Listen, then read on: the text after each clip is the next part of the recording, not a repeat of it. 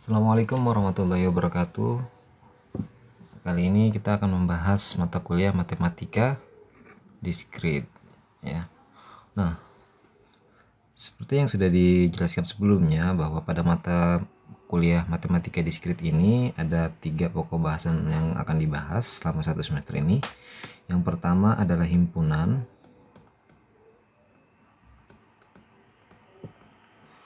Kemudian yang kedua ada fungsi dan relasi.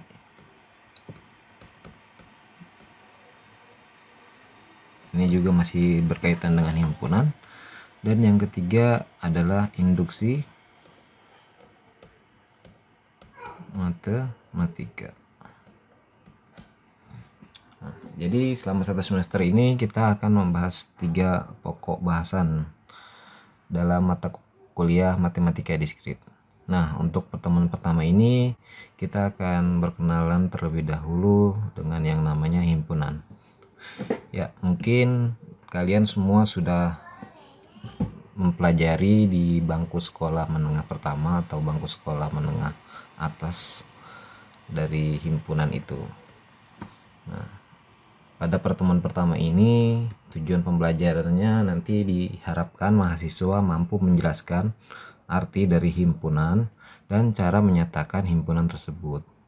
Kemudian diharapkan juga mahasiswa mampu mengetahui macam-macam dari himpunan. Dan yang ketiga, mahasiswa mampu memberikan contoh masing-masing dari himpunan tersebut. Baik, langsung saja. Di sini ada beberapa contoh himpunan. Nah, himpunan bisa juga diartikan adalah perkumpulan ya. Kumpulan atau bisa juga diartikan satu set. Di sini yang pertama ada himpunan mahasiswa teknik informatika. Kemudian ada satu set komputer. Ada himpunan bilangan bulat, himpunan bilangan asli, kumpulan mahasiswa laki-laki, kumpulan mata kuliah yang disenangi mahasiswa di Unpam, kumpulan nama kota di Indonesia berawalan huruf T, dan kumpulan kota-kota besar di Indonesia. Nah, dari contoh ini ada yang merupakan suatu himpunan dan juga ada yang bukan merupakan himpunan. Baik, kita bahas satu-satu. Himpunan mahasiswa teknik informatika ini merupakan suatu himpunan.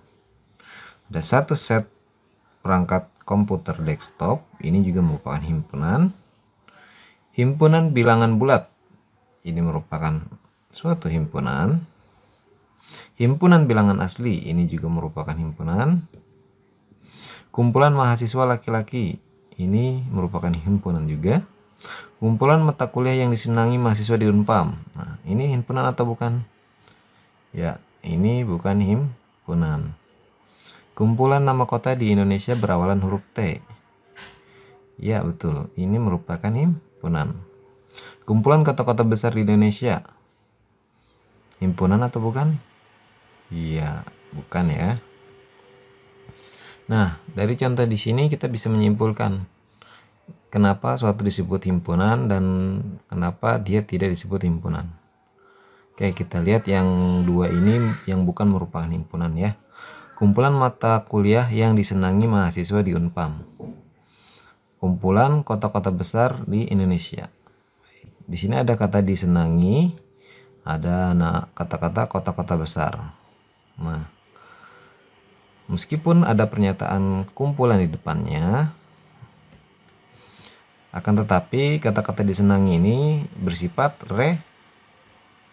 relatif. Nah, kota-kota besar pun relatif. Dan juga kategorinya belum jelas. Bagaimana suatu kota dikatakan besar ya? Penilaiannya dari apa gitu? Apakah dari wilayahnya yang besar, atau dari jumlah penduduknya yang banyak, atau pendapatan per kapita setiap penduduknya itu tinggi sehingga dinamakan kota-kota besar gitu ya. Jadi jumlah anggota atau elemennya dari himpunan tersebut masih belum jelas. Sedangkan di sini ada satu set komputer. Ini anggotanya atau elemennya jelas ya. Ada mouse, keyboard, monitor, CPU, gitu ya. Jadi jelas ya. Baik, jadi apa himpunan itu? Himpunan atau set bisa juga dikatakan adalah sekumpulan objek-objek yang berbeda, yang anggotanya sebenarnya sudah jelas. Nah, objek-objek ini itu disebut juga elemen, unsur, atau anggota dari himpunan. Nah, keanggotaan himpunan dinyatakan dalam notasi. Notasinya berbentuk seperti ini, E atau elemen ya. Bagaimana cara penulisan himpunan? Nah, umumnya himpunan itu digunakan penulisannya menggunakan huruf kapital.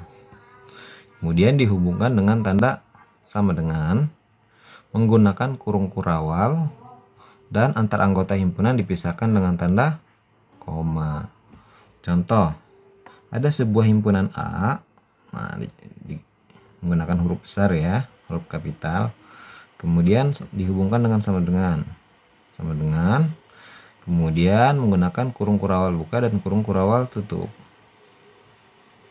Nah, artinya ini termasuk di dalam anggota himpunan. Ini anggota atau elemen.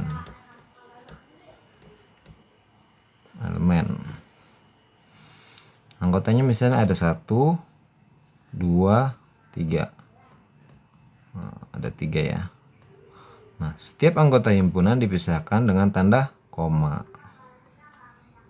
Oke, baik. Nah, jadi penulisan himpunan bisa dituliskan seperti ini.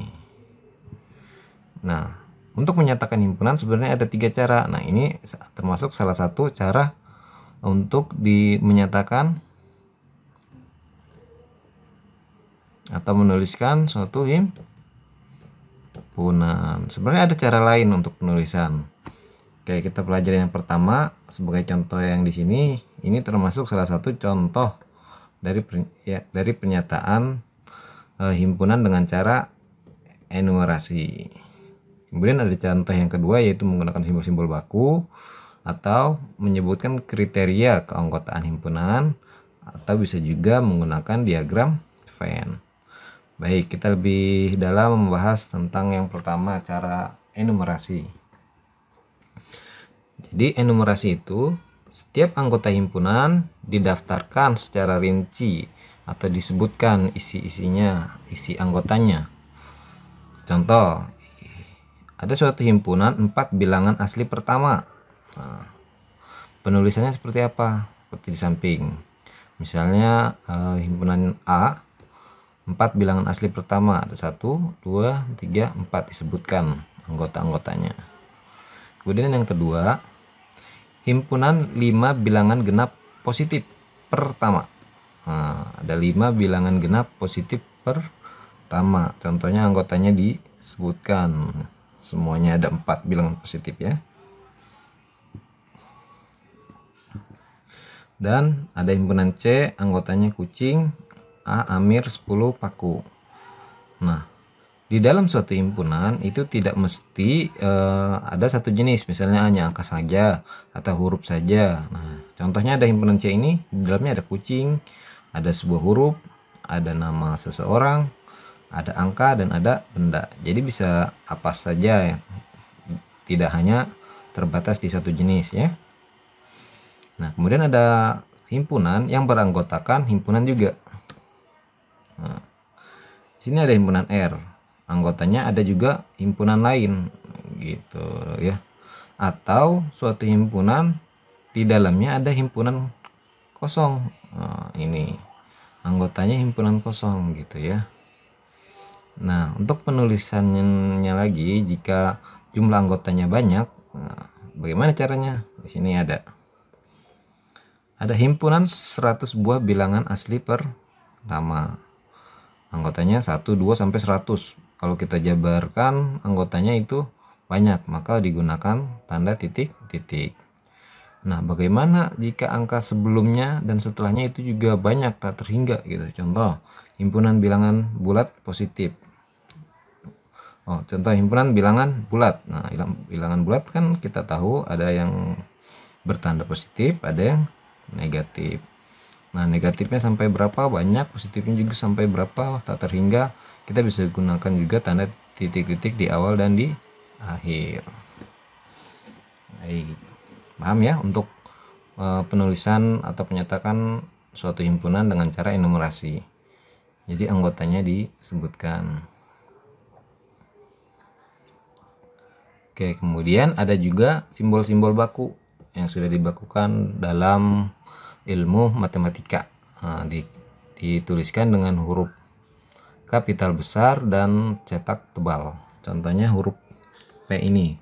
Sudah baku bahwa P ini merupakan pernyataan dari suatu himpunan yang bilangan bulat positif. Anggotanya 1, 2, 3, 4 dan seterusnya. Nah, untuk N itu bilangan natural atau bilangan asli. 1, 2, 3, 4, 5 terus. Nah, Z ini himpunan bilangan bulat. Ada positif, ada negatif. Nah, kalau P itu hanya positif, yang Z-nya udah termasuk yang negatifnya. Ada Q merupakan himpunan bilang rasional. Artinya pecahan ya. Pecahan positif dan pecahan negatif. R himpunan bilangan real. Nah, ini juga ada positif, ada negatif. Kemudian himpunan bilangan kompleks itu dinyatakan dengan lambang C ya. Kemudian ada satu lagi yang disimbolkan dengan U, itu biasanya himpunan yang universal atau himpunan semesta.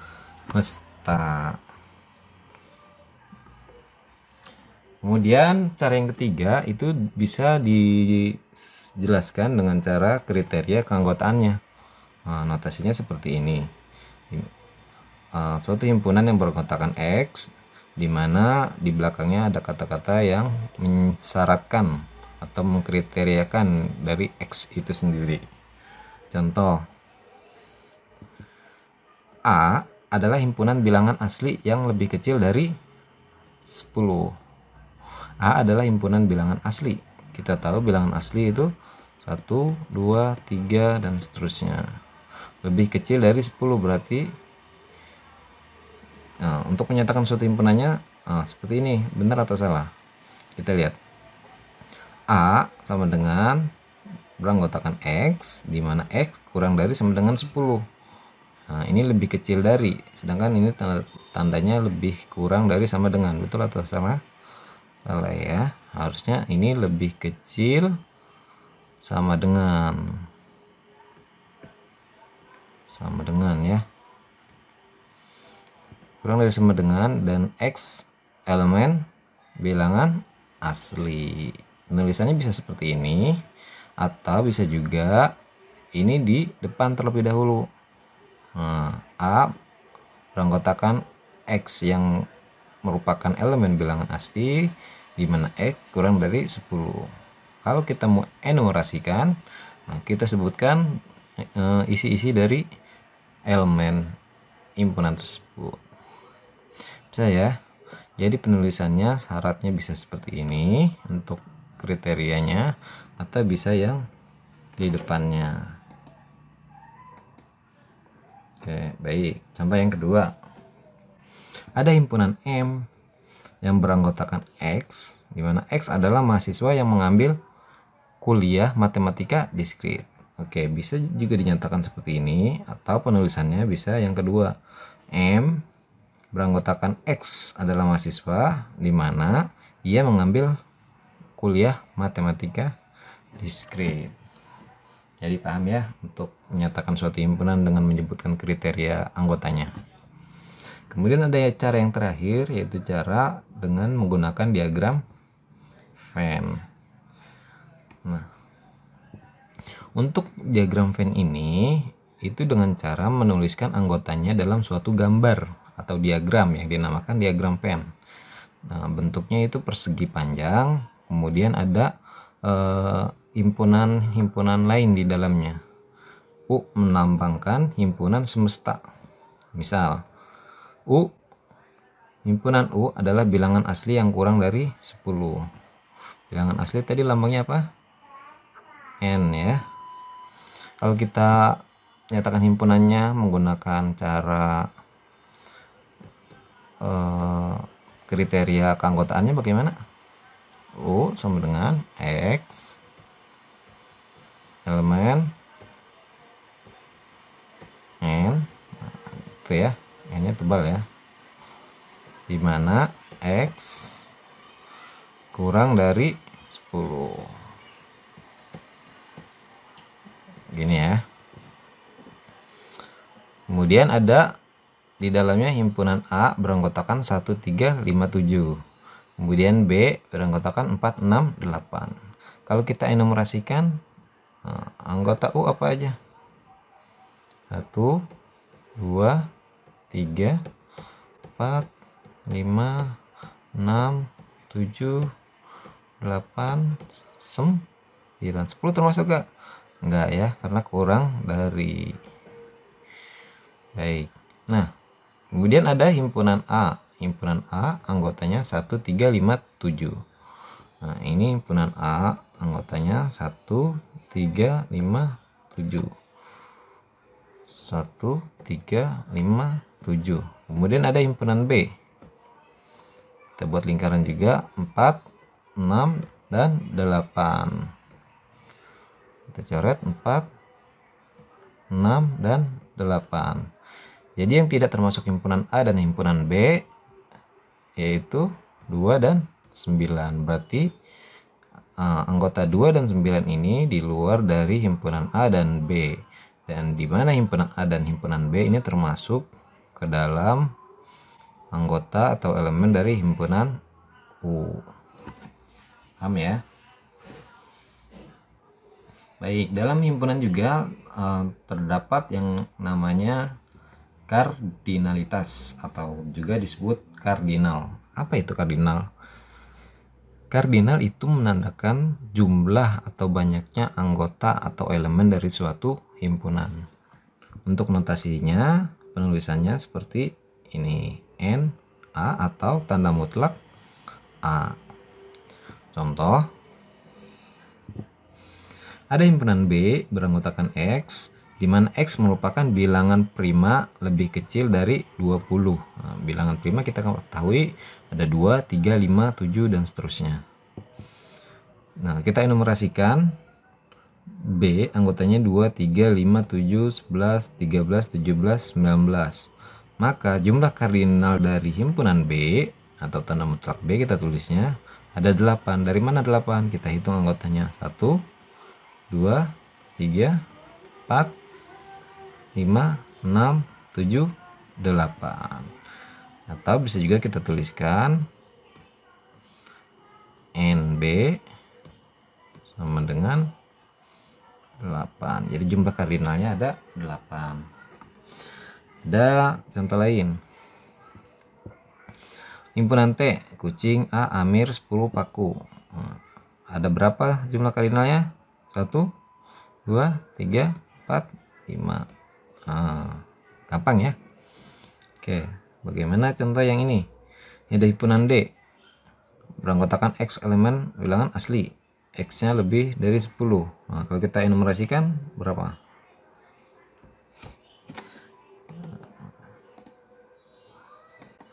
Kalau kita enumerasikan anggota himpunannya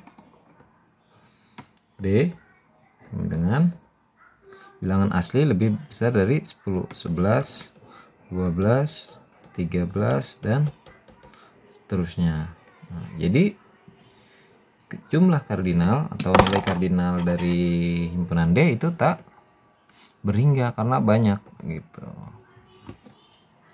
Karena dia lebih besar dari 10. Kalau kurang dari 10, berapa jumlah kardinal D?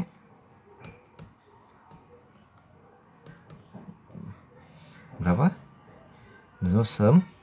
Benar ya.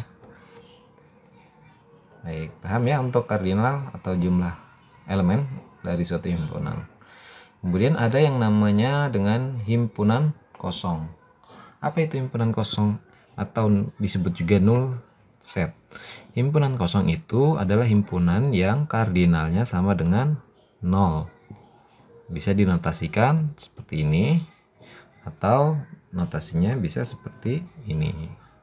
Contoh, ada himpunan A beranggotakan X, di mana X adalah akar persamaan kuadrat dari X kuadrat plus 1 sama dengan 0.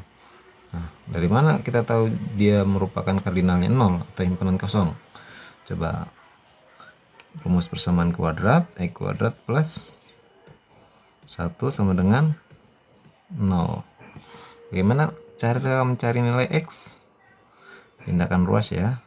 Kuadrat min 1, pindah ruas ke sini jadi min 1. Jadi X sama dengan, oke, akar dari min 1. Akar dari min 1 berapa? Nggak ada ya, 0, kosong. Nilainya bukannya kosong tapi tidak ada. Jadi kardinal dari himpunan ini itu anggotanya kok kosong, nggak ada gitu. Nah, kalau misalnya ada himpunan B, isinya adalah seperti ini. Ini bukan merupakan himpunan kosong. Kenapa? Karena di dalam himpunan B terdapat satu elemen, yaitu elemennya himpunan kosong ya. Nah, kalau untuk C sendiri, himpunan C adalah himpunan kosong, maka kardinal dari C kosong, 0 ya. Nah, kalau ini kardinal B nya berapa?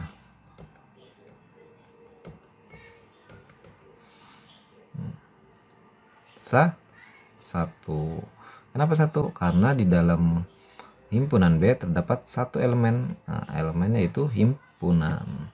Kalau ini dia himpunan, dalam himpunan C tidak ada himpunan ya, hanya ada himpunan kosong gitu. Jadi C nya jumlah kardinalnya kok 0 ya. Baik, kemudian ada yang namanya himpunan bagian atau disebut juga subset. Himpunan A dinyatakan bagian dari himpunan B jika dan hanya jika setiap elemen A merupakan elemen dari B. Nah, contoh misalnya A 1,23, anggotanya B-nya 1, 2, 3, 4, 5. Jadi A ini merupakan subset dari B. Nah, B ini disebut juga superset. Kalau misalnya untuk notasinya bisa seperti ini ya. Kalau misalnya nilainya AA, himpunan A itu 1, 3, 4, 6. Nah, sedangkan B 1, 2, 3, 4, 5. A ini merupakan subset dari B bukan? Bukan ya. Kenapa? Karena ada nilai 6 yang bukan merupakan anggota dari B. Nah, kalau kita gambarkan diagram Venn-nya, nah, ini A yang merupakan bagian dari B gitu ya. B ini berarti bagian dari U gitu ya. B subset U. Nah, bisa kita tuliskan seperti itu ya. Kemudian yang terakhir ada himpunan saling lepas. Nah, kalau tadi himpunan bagian, kalau ini yang saling lepas atau disjoin. Kenapa? Karena kedua himpunan tersebut memiliki elemen atau anggotanya berbeda, tidak ada yang sama. Notasinya seperti ini ya. Ini untuk menggambarkan diagram Venn-nya.